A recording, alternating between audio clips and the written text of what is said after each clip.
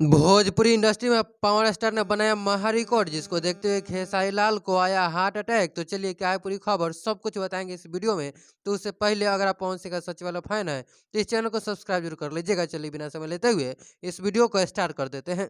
जैसा कि दोस्तों मैं आपको बता दूं कि पावर स्टार पवन सिंह अपने जन्मदिन के मौके पर यानी कि 5 जनवरी को उनका जन्मदिन था, उस दिन एक गाना लॉन्च किए थे।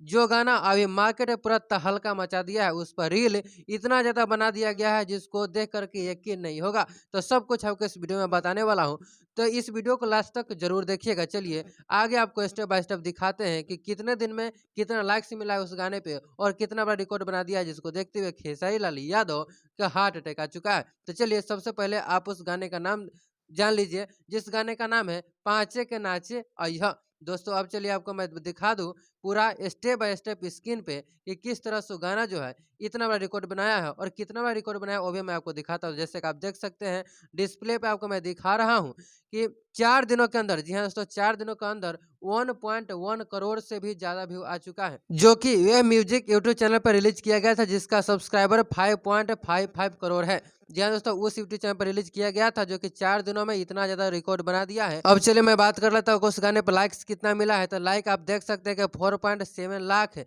4 दिनों के अंदर मिला है और अभी भी नंबर 1 पर ट्रेंड कर रहा है। दोस्तों इस तरह का और भी खबर जानने के लिए चैनल को सब्सक्राइब जरूर कर लीजिएगा।